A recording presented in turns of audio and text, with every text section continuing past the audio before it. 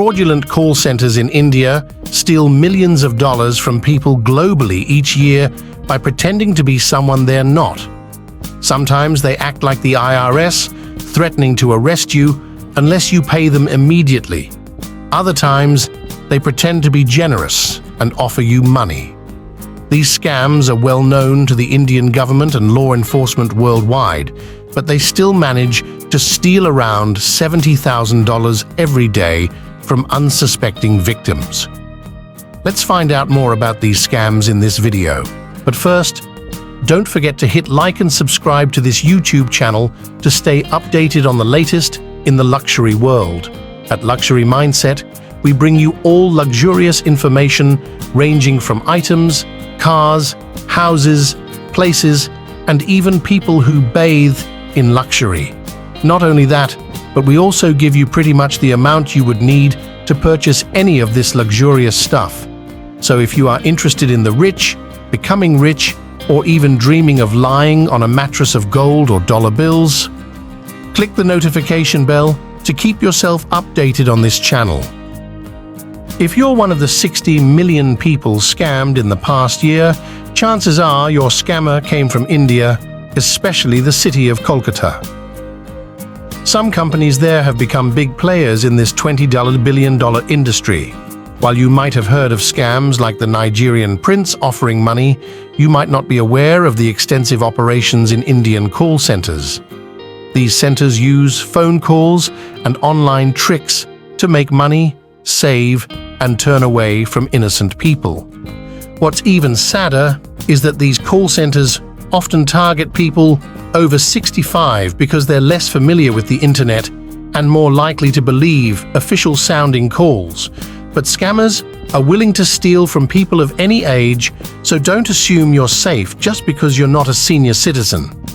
These Indian call center scams operate by pretending to be legitimate organizations and tricking people into revealing sensitive information like bank accounts or social security numbers.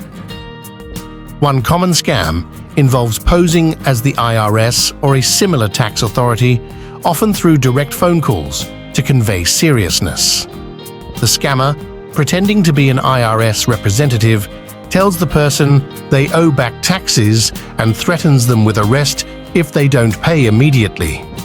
This pressure makes people anxious, and they often give the scammer the information they want. Scammers may also claim to have an arrest warrant and offer three options: go to court, pay a $75,000 fine, or settle out of court on the spot. Most people choose the third option. Surprisingly, some are so flustered that they don't even find it suspicious when scammers suggest paying with prepaid debit cards or gift cards.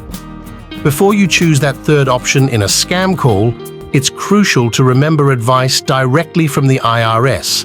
The IRS never asks for payment via gift cards, prepaid debit cards, or wire transfers. If the IRS contacts you, it's typically through the United States Postal Service. Also, the IRS doesn't threaten immediate arrest because there's usually an appeals process for tax matters. These Indian call center scammers use a similar tactic. With social security numbers, they pose as government representatives and claim your SSN is linked to a crime. Like the IRS scam, they pressure you with the threat of arrest and ask for immediate payment using untraceable and irreversible methods like gift cards. It's important to note that subscribing to a legitimate channel or service is not a scam. They genuinely appreciate your support. Another scam involves making it seem like you're eligible for a loan, making it sound like good news. But it can go two ways. They might ask for a small upfront payment to prove you can repay the loan. In such cases, be extremely cautious. Some scams can be quite tricky. In one type of scam, the scammer pretends to put money into the victim's bank account and asks the victim to send some of it back using gift cards. But in reality, no money was added to the victim's account. They're just sending their own money. In another sneaky scam, the scammer pretends to be a big company like Amazon, saying the victim made a purchase they didn't. They provide a phone number to call and dispute the charge, but it's a fake number leading to the scammer's call center. This makes the victim think they're taking the initiative. The scammer plays along, saying a refund is no problem, and guides the victim to a website. There, the victim is asked to enter their bank account details and the refund amount. But when they click submit, the scammer changes the amount by adding extra zeros, making it much worse for the victim. In a video, a con artist, in the act of deceiving a kind elderly lady named Bessie into giving away 20,000 sols. Initially, Bessie willingly gives $200, but the scammer quickly manipulates this amount to $20,000. The scammer shows Bessie a fake web page that looks just like her actual online banking site. As a result, Bessie is convinced to visit her real bank, withdraw the extra money, and send it to the scammer. Unknown to her, she's essentially taking out her own money. Scammers use different roles to match the kind of scam they're running. Sometimes, they act forcefully and intimidating, like in IRS scams. Other times, as with Bessie, they pretend to be friendly and harmless. They prey on their victims' kindness, posing as friends or claiming dire consequences for their own family if money isn't sent. However, these calls come from large call centers staffed by unethical experts trained in manipulation and theft. Some individuals and groups have made it their mission to prank, disrupt, and annoy these scammers.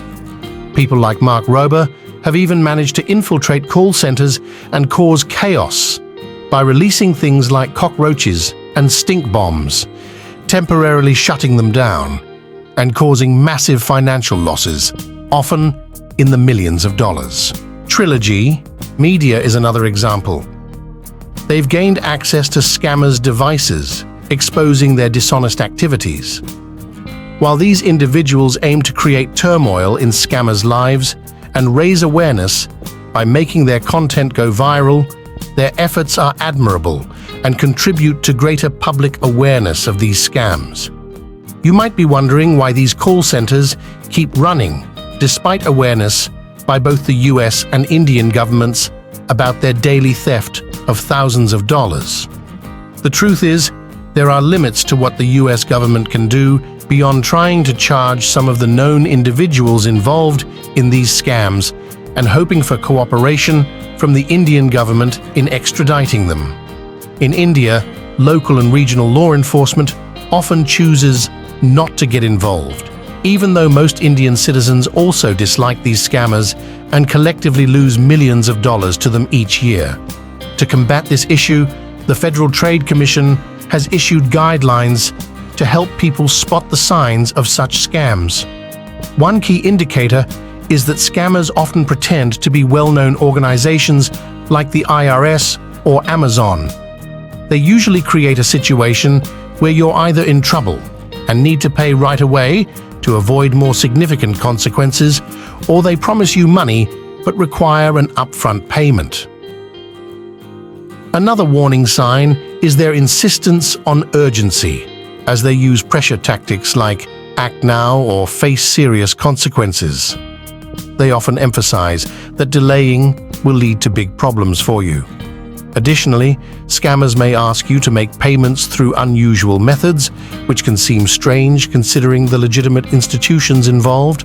For example, you might expect the IRS to request payment by check or credit card in normal situations. It's strange that the government is asking for a gift card, like you'd give to a kid going to 4th grade. But remember, it's essential to expose Indian scam call centers. Spread the word to your friends and be watchful for scams. To protect yourself, block unfamiliar calls and texts and be careful with potential scammers. Legit organizations won't ask for gift cards, don't click on unknown links, or call strange numbers. Verify contact info and take your time.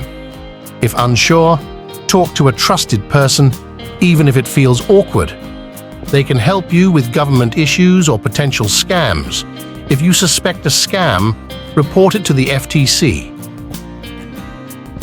It may not stop all scams, but reporting helps build cases against scammers.